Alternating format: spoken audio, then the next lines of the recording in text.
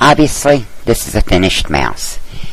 These are the steps we take to make a mouse. Rather, Charlie takes. First, he assembles all the pieces. That's necessary so that he's not wandering around looking for something in the middle of work. Right now, he's putting on the proper equipment. He has to wear long pants, long sleeves, boots, special leather welding gloves, and a welding helmet with a shade that darkens.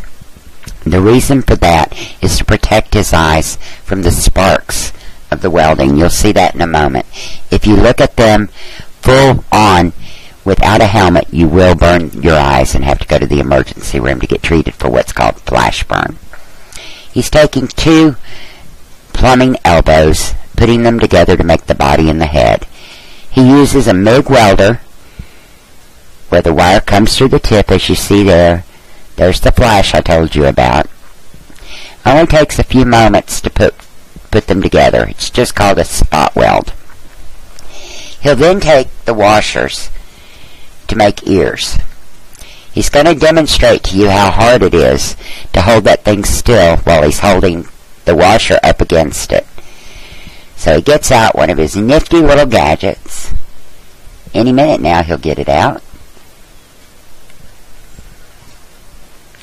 It's a big red magnet. It sticks because he uses a steel table for welding. That's necessary because any other surface would be damaged by the heat. Welding produces a heat of anywhere from 500 to 2,500 degrees Fahrenheit. It's hard for me to picture anything that hot. Just take my word for it. It's hot. He keeps a bucket of water next to the table for quickly cooling down items. You see he's got both ears attached. And now he'll flip the mouse over in order to put eyes on him. He takes his welding tip and the combination of the wire in it and melting the metal underneath produces the eye. There you go.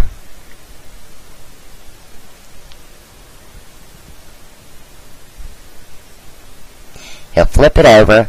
You're going to see he's going to tap his tip on the table to get it started. Occasionally he has to do that. I don't know why. I don't know anything about welding.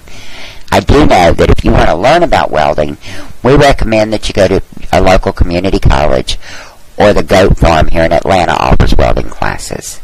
You can also rent a welder from most tool rental places. Get a book and try to teach yourself. Just be prepared. It's a dirty process, and yes, you will get burned occasionally. It's just one of the hazards of the trade. You see he's attaching the whiskers, which are 4 of the nails. Flips them over to put them on the other side. Now his handy little gadget's in his way. He could not hold that piece, the nail that he's holding while he's welding it, without those gloves on, because it does get hot. I know I say that a lot, but trust me, welding is hot. You got to respect the fire. Okay, now the little dude has whiskers. It's time to do his tail. Charlie takes a nail and starts the bending process. Right now you can't see it, but he has a clamp vise at the end of the table. He'll also put the nail in the vise and bend it a little bit more.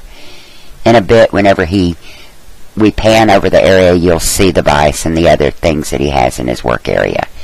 One thing that's very important if you're going to weld, you must have a means of ventilation.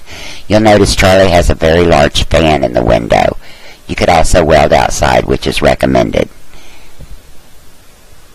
He's putting the tail on. He's putting the flat head of the nail against the body, partly because of the effect that he wants on the tail, and partly because the larger surface is going to hold better.